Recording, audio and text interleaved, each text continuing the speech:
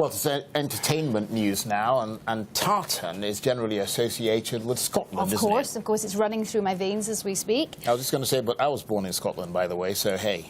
Scotland rocks. What else can we say? Absolutely. But did you ever wonder why the ubiquitous woven fabric can be found throughout the Caribbean islands, India, and some parts of Africa? I didn't know that, but apparently a new exhibition in London charts tartan's unique journey through the world and the African diaspora. Rise News Arts and Culture reporter Jason Mansouri was there, presumably in Tartan, for opening night.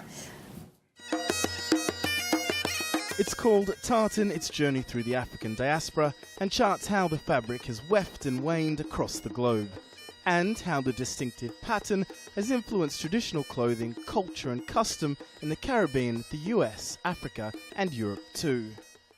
Tartan as a fabric is renowned and closely linked with Scotland, just like its bagpipes. But one thing that people don't realise is it also has strong ties to Africa as well. For instance, the Maasai in Kenya, who wear these chukkas. The exhibition also looks at the fabric's transportation to India and its development into the colourful madras fabric, which forms part of the national costume across the Caribbean islands like Jamaica and Grenada. It was about trying to bring a story to people that hadn't been told. It was clear that there was a direct link between the madras that was worn in the Caribbean and what was going on and what was being worn for centuries in Scotland. And no one was drawing a link between them in any of the popular press or in any books that I was reading. So I thought, well, let me investigate a little bit more. And once I'd investigated, I understood that actually there's a really strong link. The display brings a new narrative about the ubiquitous fabric to the forefront, a narrative that many didn't know about before. I've only known tartan to be associated with Scotland as part of their tradition, and to know that it's got, you know, it has residence throughout the world, especially in the Caribbean for me. I started on Africa, and now I've woven my way through to Caribbean and now India, and I'm moving up to Scotland. It also features an outfit from the latest Vivienne Westwood Red collection, which was partly made by hand in a small village in Burkina Faso, and a 19th century military costume from the Black Watch Museum in Glasgow. Run by the Costume Institute for the African Diaspora, you can see the showcase until the 30th of August at the Crafts Central in London. The exhibition doesn't treat tartan's journey to the African diaspora as a gift or legacy from Scotland. Instead, it looks at what Afro-Caribbeans did with what was left behind.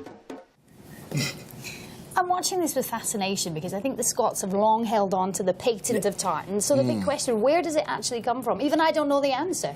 Yeah, well, of course, this is what you're talking about, which is sort of the most commonly known, most popular tartan, which I'm sure you're very familiar with. Maybe Charles, too, because you're from Scotland, apparently. I was born in Scotland. I had no Never lived idea. there. But essentially, it's been traded since about 3000 BC throughout the Middle East and Africa as well. But what is interesting, though, it's all about the age of exploration. You're liking that, aren't you? It's a nice feel. Michael. Yeah. Drake Michael. No, I could probably give him a head wrap if we tried really hard. You raise a good point, because it's crossweave, isn't it? That's what it is. And I mean, loads of countries had this, and it was only really, was it the Victorians who actually made it popular in Scotland? Because it was forbidden in Scotland during the clearances. And I'm sure it's become a very vital part of our tourist economy. And all of these things like whiskey and tablet and all the rest of it. Tartan's just another thing that you can exploit, I suppose. Yeah, but this form, though, was actually popularised, has popularised, like the madras, of course, which is in modern-day Chennai, which obviously is what spread throughout the Caribbean as well. And it was in the 90s, you know, it was only in the 60s when... Yeah, that's all right. I think we need to sort of just... All right. No, we're going to wrap it around his shoulders. We're going to make him Actually, we'd better move on and talk about Michael Jackson, who appears to have returned from the dead.